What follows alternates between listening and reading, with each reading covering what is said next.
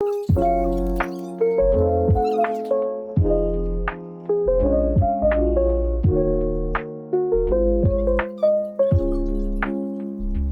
saya akan perkenalan terlebih dahulu ya Kak ya. Di sini saya dari mahasiswa Unwali Songo Semarang, semester 2. Saya membuat wawancara ini dengan kakak itu karena berdasarkan tugas komunikasi Islam, dan untuk itu saya memilih tema wawancara dengan berbeda agama. Baik, setelah itu kakaknya bisa perkenalan terlebih dahulu Kak. Ya, nama saya Dewi Sakti. Saya seorang aktivis Kristen di sebuah gereja. Khususnya saya aktivis di kepemudaan di sebuah organisasi gereja. Baik, kakak tempat tinggalnya di mana ini Kak? Ibadahnya ada di GIT Cipatu atau itu ada di Desa Bodo, Kabupaten Jepara. Oke, masuk ke pertanyaannya. Jadi bagaimana kakak Denisa mengenal Islam dan Muslim? Pertama, saya mengenal Islam itu sebagai salah satu agama di Indonesia, satu golongan agama, satu kepercayaan lah, satu keyakinan yang dianut oleh pemanutnya. Sedangkan Muslim sendiri itu adalah sebutan dari pemeluk agama Islam itu sendiri. Begitu yang saya pahami. Kemudian menurut Kak Denisa itu bagaimana relasi antara seorang Muslim dengan non-Muslim yang ada di Indonesia saat ini Kak? Menurut pendapat saya, Ya. garis besar yang sebenarnya ya, yang terlihat hubungan antara teman-teman Muslim dengan teman-teman agama lain atau non Muslim itu sangat susah itu dapat berdampingan dengan baik. Kita bisa hidup rukun, kita bisa saling bergaul, saling menghormati. Walaupun kita banyak perbedaan ya secara pribadi, secara kebiasaan tiap hari, misalnya teman-teman Muslim tiap hari bisa jatuh dan lain sebagainya. Ini kan juga terlihat bagi kami yang tidak Muslim, dan dia konflik secara garis besarnya saya kira kita hidup secara rukun dengan baik, lalu ya mungkin ada beberapa oknum yang mungkin bentuk tertentu yang tidak baik yang Selanjutnya itu menurut kakak, apakah yang menjadi tantangan dalam menjaga etika komunikasi saat membahas mengenai isu sensitif seperti kebebasan beragama yang ada di Indonesia saat ini? Melihat agama Islam itu kan yang mayoritas ya Kak di Indonesia saat ini. Itu bagaimana menurut kakak tantangan dalam menjaga etika? tantangannya dalam berkomunikasi ya. Sebisa mungkin misalnya ketika membahas beberapa topik yang sensitif, pertama-tama mungkin masing-masing dari kita bisa menjaga batasan, misalnya kita sebagai kaum yang tidak betul-betul mengerti agama keyakinan ajaran yang baik, ya mungkin kita sebisa mungkin ketika kita menerima masalah mentah dan pertama belum bisa menghindari penyebaran hoax. Soalnya terkadang ada mereka yang sengaja Membuat media mungkin tapi ditolak menunjukkan pada itu benar, mungkin yang berdua terus berjalan kebencian, mungkin bagi satu golongan tertentu sebenarnya tidak ada masalah di antara golongan A atau golongan B, tapi mungkin karena ada masalah pribadi jadinya membawa-bawa hubungan dan menyebarkan sesuatu. Oke, baik Kak. Berarti itu kita harus bisa menjaga esensi dari setiap masing-masing umat beragama itu ya Kak, saling bertoleransi dengan baik. Kemudian pertanyaan selanjutnya yaitu bagaimana kakak Denisa ini merespon miskonsepsi tentang Islam seperti jihad, poligami dalam komunikasi dengan non-Muslim. Untuk konsep jihad sendiri saya tahu ya, seperti itu ya, kayak upaya yang dilakukan oleh agama seorang Muslim untuk mempertahankan atau membelakangnya gitu. Ya, seperti berperang. Kalau dulu itu kan waktu zamannya Nabi Muhammad itu kan masih berperang ya kayak jihadnya. Kalau jihad sekarang tuh bisa seperti belajar gitu. Dalam belajar kan pasti ada banyak tantangannya ya Kak, seperti pengen bekerja, tapi tuh kayak gitu tantangannya. Oh begitu. Sebenarnya dari saya sendiri sebagai teman-teman Islam itu kurang mengerti konsep jihad sebenarnya. Kita seperti asing karena secara pribadi saya berkumpul di lingkungan yang kebetulan mayoritas Kristen di sini sedikit kenalan yang Muslim, jadi mungkin saya bisa lebih berkomentar tentang poligami ya, saling kaitannya. Iya, baik. Dimana memiliki konsep yang dimana membolehkan memiliki istri lebih dari satu. Iya, betul. Iya betul. Saya sebagai non Muslim melihat itu sebenarnya sangat menghargai, tapi bukan suatu aturan dan sebenarnya itu juga yang saya tahu dari konsep poligami sendiri dan ada aturan-aturan tertentu bukan hal yang sembarangan bisa dilakukan. Betul ya? Iya, betul. Perempuan dalam ajaran kami tidak ada aturan atau justru waktu kebalikan tidak membolehkan untuk bisa memiliki pasangan lebih dari satu. Tapi ketika saya mengetahui beberapa konflik dan pelatihan yang pernah saya dengar dari beberapa tokoh agama yang pernah mengaku bahwa sebenarnya poligami itu tidak bisa dilakukan sampai syarat dan ketentuan tertentu harus dipenuhi. Sebetulnya itu bukan hal yang buruk, namun karena mungkin dari beberapa pihak menyalahgunakan hal tersebut, jadi beberapa dari kami yang bermisi panjang bisa menjadi hal yang apa ya, terkesan negatif gitu. Berarti menurut pandangan non-muslim itu sebuah poligami itu menjadi sebuah yang negatif gitu ya, Kak? Ya, mungkin karena ada yang menyalahgunakan, tapi secara pribadi saya sih memahami karena setelah mendengar beberapa penjelasan dari beberapa awal, hal tersebut itu tidak bisa sembarangan dilakukan. Kemudian sebenarnya tuh tidak dilakukan poligami karena ada sesuatu, jadi poligami tersebut diperbolehkan. Jadi kayak sebenarnya konsep itu sebenarnya pada awalnya pada dasarnya tidak ada, cuma mungkin zaman dulu ada beberapa situasi atau keadaan yang menetapkan tersebut menjadi suatu aturan yang dibolehkan gitu. Jadi kurang lebih seperti itu. Karena dulu kan Nabi Muhammad itu kan istri sahnya kan Siti Aminah itu ya, Kak. Kemudian setelah beliau mendakwahkan ajaran agama Islam, terus kemudian tuh beliau kan pasti hubungan lain gitu ya, Kak, untuk menguatkan agama tersebut, agama Islam. Karena ada tujuan-tujuan tertentu, misalnya kayak ada kebutuhan dari penyebaran agama itu sendiri gitu ya. Iya. Terus juga tadi karena memerdekakan seorang perempuan seperti itu. Baik, Kak, bisa dilanjut ya, Kak, dengan pertanyaan selanjutnya.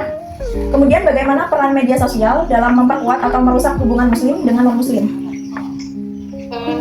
Peran media sosial itu khususnya di zaman sekarang cukup penting dan mendominasi, tapi memang sekarang memasuki era digital. Media sosial sendiri dengan adanya konten-konten yang agak menggir opini publik yang sengaja dilakukan untuk melakukan globalisasi satu dengan pihak lainnya, bahkan terkadang bukan hanya dengan beda pendapat, sama-sama nasihat dan berbeda persepsi pun menjadi hal yang buruk, bukan apakah nanti lebih komentar dan lain sebagainya. Mungkin hal dapat sebab-sebab yang bisa timbul dari media sosial itu misalnya kayak penyebaran konten yang negatif, isu-isu, dan mungkin kurangnya kesadaran dalam menerapkan etika digital juga dari beberapa pihak. Itu hal yang mungkin butuh edukasi lebih lanjut mungkin ya.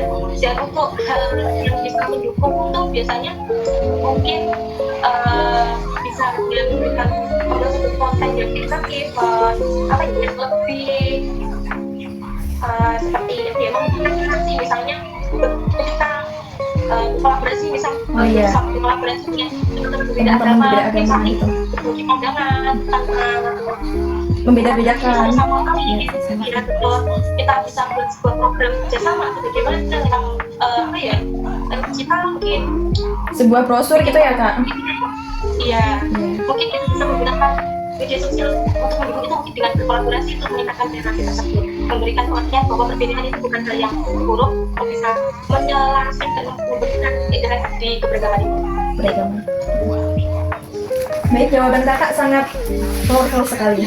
Kemudian pertanyaan selanjutnya yaitu bagaimana pengalaman Kakak berkolaborasi dengan komunitas muslim dalam isu sosial. Tadi kan sudah membahas tentang kolaborasi ya, Kak, dalam pererat media sosial seperti itu. Nah, bagaimana pengalaman Kakak berkolaborasi dengan komunitas muslim dalam isu sosial? Secara pribadi sebenarnya saya belum betul-betul pernah berkolaborasi dengan komunitas muslim tertentu, namun di dalam sebuah saya ilmu pendidikan pastinya kan saya pendidikan knowledge ya di sebuah sekolah, mungkin sekolah kerja, jadi mungkin saya bisa membuka pengalaman saya ketika kami berdampingan, ketika saya di sekolah dan juga bekerja. Dan secara pengalaman yang saya alami, saya sangat bersyukur bahwa selama perjalanan saya berada di tengah-tengah teman-teman muslim secara bersosial dan berkomunitas, saya bersyukur bertemu dengan orang-orang yang baik, yang betul-betul menghargai keberadaan sekali di antara mereka, dan cara kamu untuk menjaga itu mungkin justru kami lebih ke menghindari pembahasan yang sensitif. Jadi kami itu saling berkolaborasi, tapi secara humanis kita memandang kita sebagai sesama manusia, bukan melihat kayak kamu agama apa, kamu dengan apa, lebih ke kita partner, kita kerjasama, kita sama-sama kita hargai. Dan ketika ada acara ini biasanya seperti kemarin itu kan banyak acara keagamaan ya Kak ya, itu biasanya saya bisa ikut serta seperti buka bersama atau acara tertentu, saya mereka bergabung dengan ya bertoleransi dan teman-teman juga menghargai dengan tidak memaksakan apapun. Saya bisa mengikuti dengan hikmat, dengan dengan pikiran terbuka. Jadi mungkin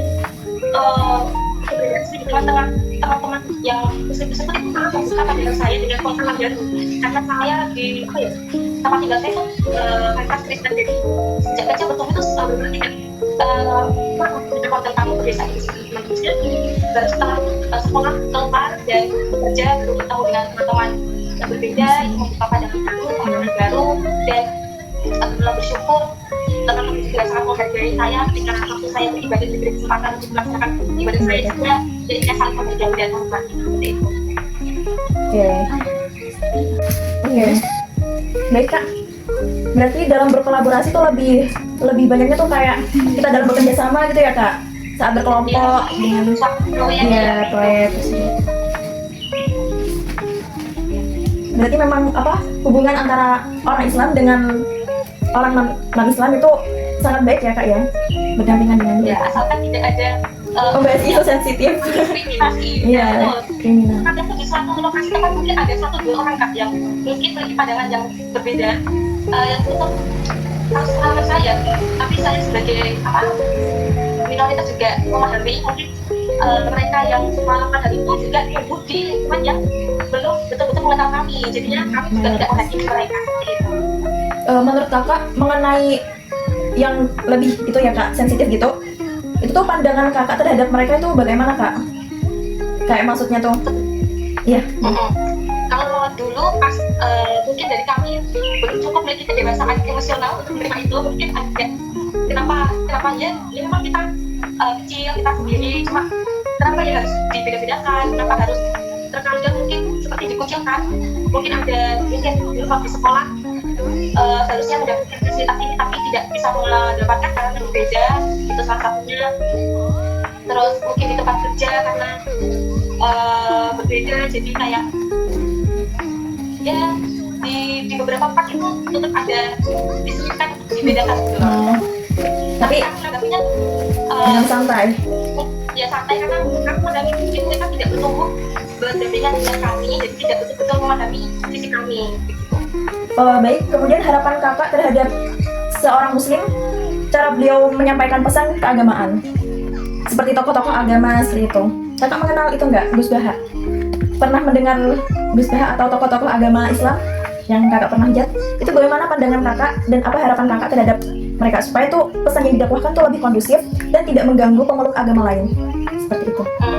Kalau untuk secara personal untuk tokoh agama sih mungkin saya kurang mengenal ya Kak ya, tapi mungkin yang di sekitar saya maupun di media sosial mungkin saya juga sering melihat, sering mendengar mungkin dengan menyebarkan agama atau mengajarkan bisa dapat secara bijaksana. Terus apabila di suatu forum ada mungkin tidak muslim, misalnya di suatu forum pertemuan ada yang beda agama, saya tidak terkesan ada pemaksaan, misalnya saya kan pernah di suatu acara yang suatu acara keagamaan atau tidak kebetulan pokoknya ada acara, misalnya ada penyampaian misalnya keagamaan ini kan ada beberapa terkadang dihadiri oleh orang muslim.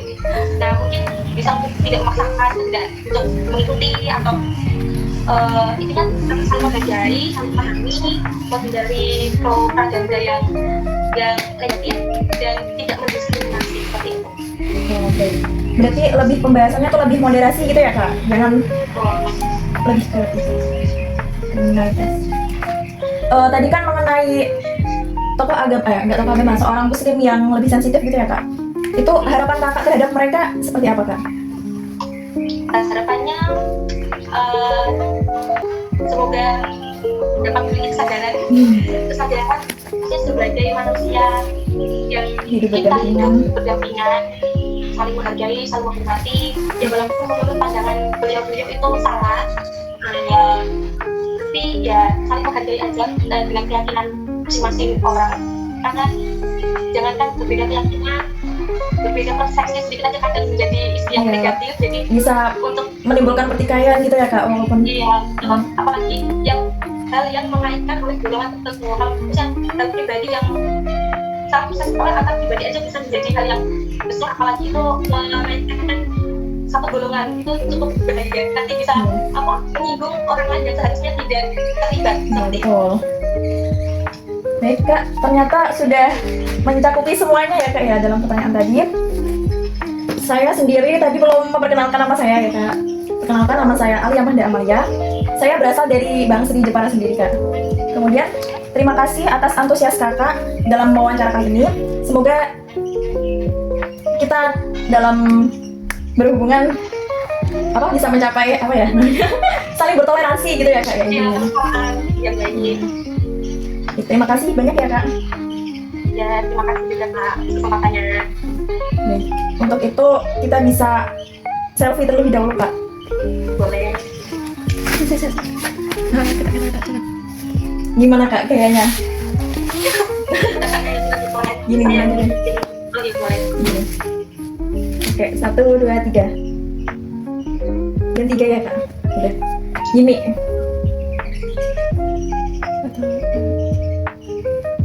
Baik, terima kasih banyak kak. Ini tuh komunikasi gitu kak maksudnya. Oh, Iya gitu. Iya. Terima kasih terima banyak. kasih atas pengetahuannya. Iya. Oke, saya cukupkan sampai di sini. Saya pamit undur diri. Salam budaya, salam kebajikan. Wassalamualaikum warahmatullahi wabarakatuh. Waalaikumsalam. Salam. Oke. Baik, saya tutup ya kak ini ya kak.